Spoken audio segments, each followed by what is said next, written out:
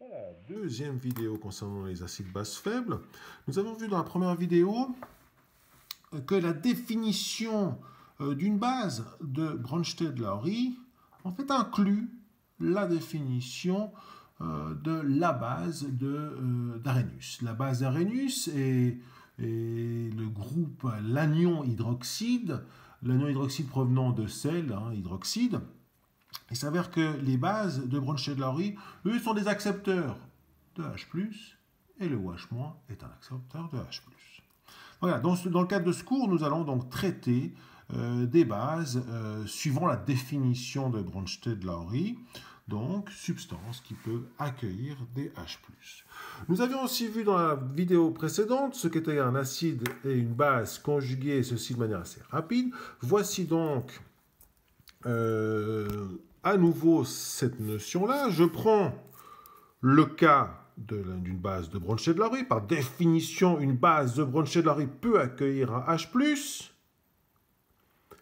et former un BH. Alors, BH, comme je vous l'avais dit, BH est neutre. Pourquoi? Parce que la base ici que nous considérons est un anion. Maintenant, la base peut très bien être une substance neutre, et cette substance neutre, en accueillant un H+, se transforme en cation. Le principe est le même, la définition finalement de la base est simplement d'accueillir un H+. Il faut maintenant simplement comprendre que lorsqu'une base qui accepte un H+, se lie à ce H+, lorsqu'il accepte ce H+, eh ben, il a un H+ à disposition, et donc se transforme en acide. Et c'est ce qu'on appellera l'acide conjugué de B-. De manière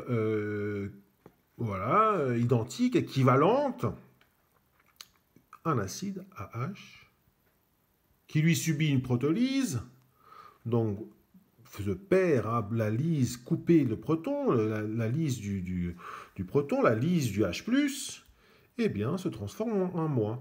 Et le A- est la base conjuguée de l'acide AH.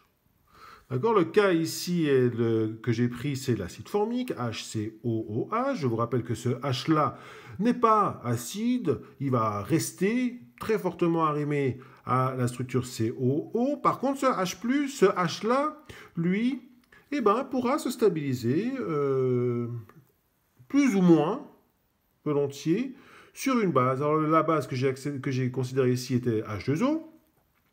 Donc, vous avez l'acide, vous avez dans ce cas-là la base. L'acide libère son H+, se transforme en formate, HCOO-, et le formate est la base conjuguée de l'acide formique. Et nous réalisons que lorsque l'eau gagne un H+, eh bien, l'eau se transforme en H3O+, qui lui est l'acide conjugué de H2O. Donc nous avons dans ce cadre, dans cette réaction d'acido-basique, cette réaction entre un acide et une base, deux couples, acide-base, le couple HCOH, HCO-, et le couple H3O+, H2O. Alors vous avez ici simplement une liste de ce qu'on appelle des acides et de leur base conjuguée, c'est-à-dire le produit après protolyse. D'accord ? Maintenant, appliquons ces notions dans cet exercice. Je prends ici le cas de l'acide chlorhydrique, HCl. Alors, HCl, c'est l'acide chlorhydrique. Il s'avère que nous avons ici la formule développée, enfin semi-développée, traditionnelle d'un acide, c'est-à-dire un acide minéral, c'est-à-dire une substance qui commence par un H, lié à un non-métal, et contenant 0, 1, 2, 3 oxygènes. Ici, vous avez donc HCl, commence par un H, présence d'un non-métal, c'est un acide. De préférence, naturellement, les non-métaux, plus ils sont électronégatifs, plus l'acide est ce qu'on appelle fort. Alors maintenant, le HCl, voilà. Le HCl ici a comme équation caractéristique d'acidité la formation du H+, libéré de H+, et sa formation de base conjuguée, le chlorure. Acide acétique, CH3COH, c'est un acide organique caractérisé par ce groupe OH-, deuxième cas de figure, les acides. Groupe OH-, donc le CH3COH, dans l'eau, va perdre le H+. Hein. Au profil, c'est l'eau qui va prendre le H+, et donc laisser cet acétate, CH3CO-, qui est la base conjuguée de l'acide acétique. Alors attention, dans ces démarches-là, nous ne parlons pas de force des acides, hein. Ceci viendra dans la vidéo prochaine. Je considère ici le HCOO-. Le HCOO-, on constate que c'est un anion. Et c'est un anion car issu de l'acide HCOOH. Et donc HCO- est la base conjuguée, est une base conjuguée HCOH, de HCOH. Donc HCOO- peut accepter un H+ pour se transformer en acide formique. Voici l'hydrogénosulfate, hein, le HCO4-, et pour, voilà, pour les plus perspicaces, il constate effectivement que ce HCO4- est la base conjuguée de H2SO4, donc peut accueillir un H+ pour se transformer en acide sulfurique, mais aussi c'est encore un acide, car ce H+ peut se libérer, hein, de la structure SO4-. Et donc, cette structure, ce HSO4-, l'hydrogénosulfate, peut former le sulfate en libérant H+. NaOH, c'est un sel, mais sel contenant le groupe anionique OH-, le groupe hydroxyde. Et donc, c'est un sel qui, dans l'eau, va libérer la base d'Arrhenius. OH- plus H+ va former de H2O. NH3, l'ammoniac.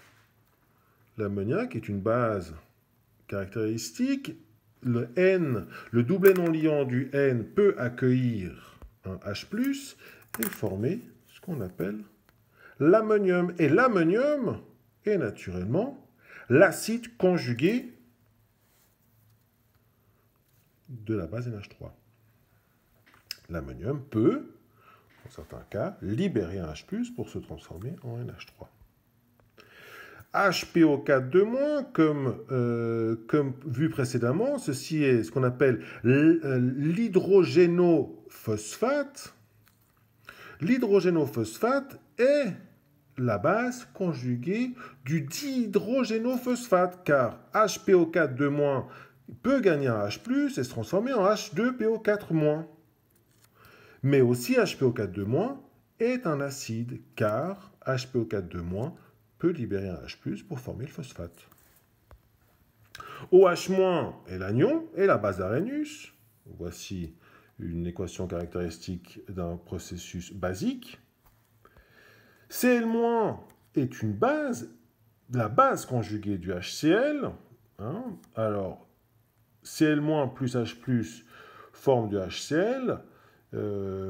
Mais voilà, on verra que c'est une réaction qui ne se passera pas volontairement, pas de manière pas volontiers, excusez-moi. Ensuite, SO4-, le sulfate, la base conjuguée du HSO4, HSO4-. Hein. Donc le SO4-, ne peut pas être acide, mais c'est la base conjuguée de l'hydrogénosulfate. Donc SO4-, peut accueillir un H+ pour former le HSO4-.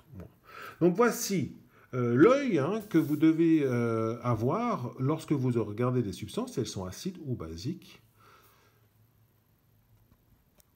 À bientôt.